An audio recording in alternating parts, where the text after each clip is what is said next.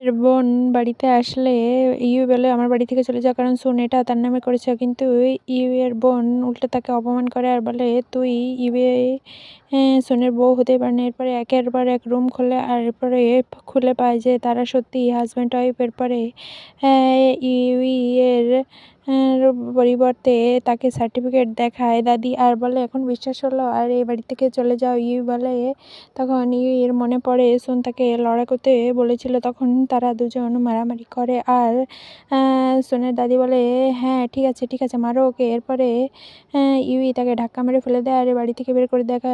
এরপরে দাদি বলে ঠিক করেছো। এরপরে ওকে সুনের কাছে নিয়ে আসে আর বলে ওর আঘাত লেগেছে, এরপরে দেখো ওকে। এরপরে কোলে বসিয়ে দেয় আর সুন বলে দেখি কোথায় লেগেছে, তাই বলে কোমরে হাত দেয় আর সবাই সেটা দেখে বলে সবাই দেখছি কি করছো, আমার লাগেনি।